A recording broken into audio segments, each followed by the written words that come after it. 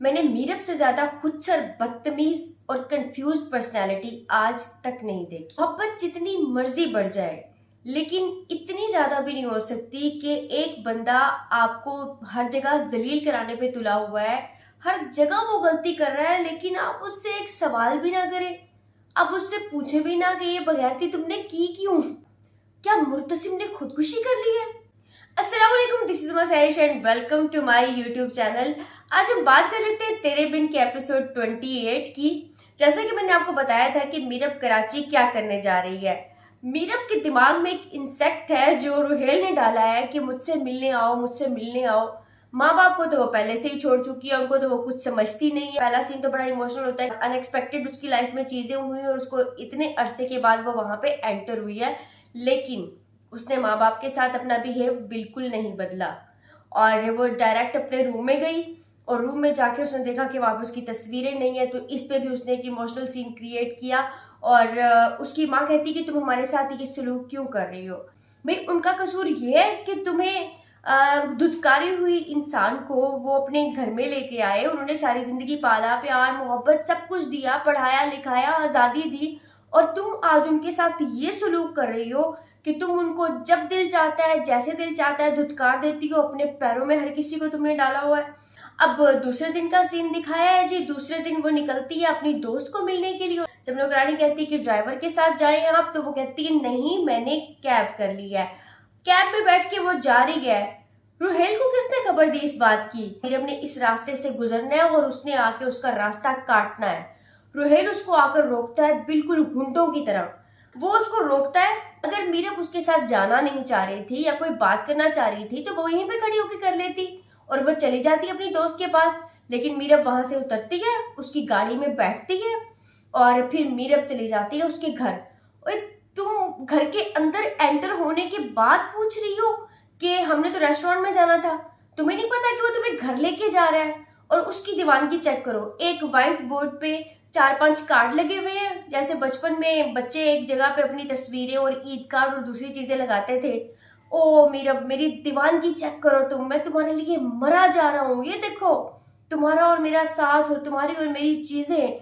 और उधर दिखाते हैं कि मुर्तसिम जो है वो जल्दी में निकलता है और अपने सास ससुर से कहता है कि जी मीरब को बुलाए और हमने जाना है। और उसे पता चलता है कि मीरब तो घर पे नहीं है। मीरब इतनी खुद सर लड़की है कि ना वो माँ बाप को बताना पसंद करती कि वो कहाँ जा रही है, ना वो शौहर को कोई बात बताना पसंद करती है, और उसको परवाह ही नहीं है कि दुनिया क्या सोच रही है, क्या कर रही है, मैं कहाँ जा रही हूँ, कम से कम बता के जाऊं, मैं शादीशुदा हूँ, मेरी कोई जिम्मेदारी है नहीं।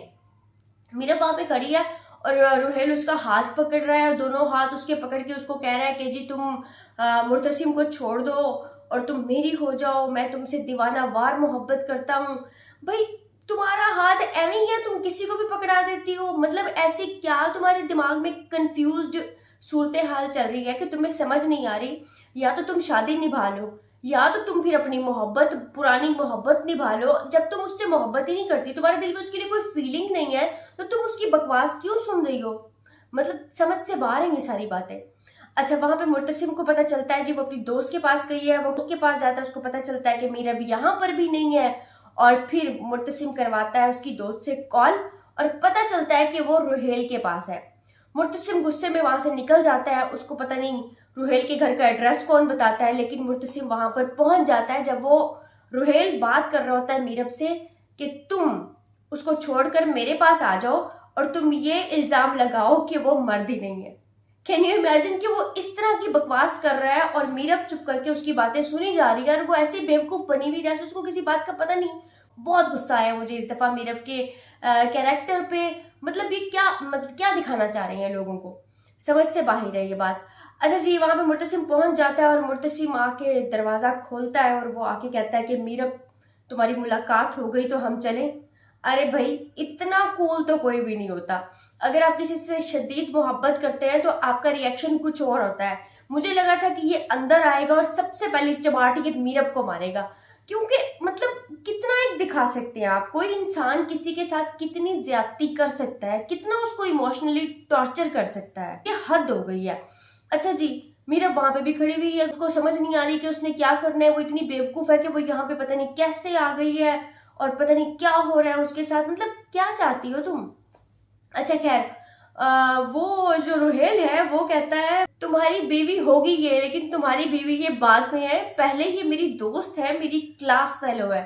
हाँ, मतलब वो अपने, उसका शौहर, उसका कोई हक नहीं है, पहले वो तुम्हारी दोस्त है और तुम्हारी क्लास फेलो है, और एट द एंड वो कहता है कि ये मेरी महबूबा है।